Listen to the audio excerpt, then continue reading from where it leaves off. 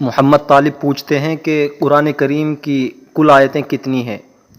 تو جواب یہ ہے کہ عوام و خواص کی زبان پر زیادہ تر یہی مشہور ہے کہ قرآن پاک میں 6666 آیتیں ہیں، لیکن قرائے سبا میں سے یہ کسی کا قول نہیں ہے۔ قرآن میں آیات کی تعداد جو مذکور ہے وہ عدد کوفی سے مشہور ہے، حضرت حمزہ حضرت سفیان رضی اللہ عنہما سے مروی ہے، اور یہ دونوں اہل علم حضرات اور ثقہ علماء کے واسطوں سے سیدنا حضرت علی رضی اللہ عنہ سے ناقل ہیں۔ اس کے مطابق قرآن پاک کی آیات کی تعداد 6236 ہیں۔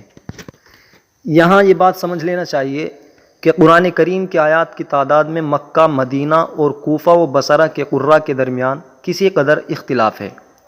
یہ اختلاف نعوذ باللہ اس لیے نہیں ہے کہ قرآن مجید کے بعض حصوں کے بارے میں قرآن ہونے اور نہ ہونے کا اختلاف ہو، بلکہ بعض قراء کے نزدیک ایک مقام پر وقف ہے اور دوسروں کے نزدیک یہ وقف نہیں ہے، تو جس کے نزدیک وقف ہے اس کے نزدیک ظاہر ہے کہ آیت بڑھ جائے گی۔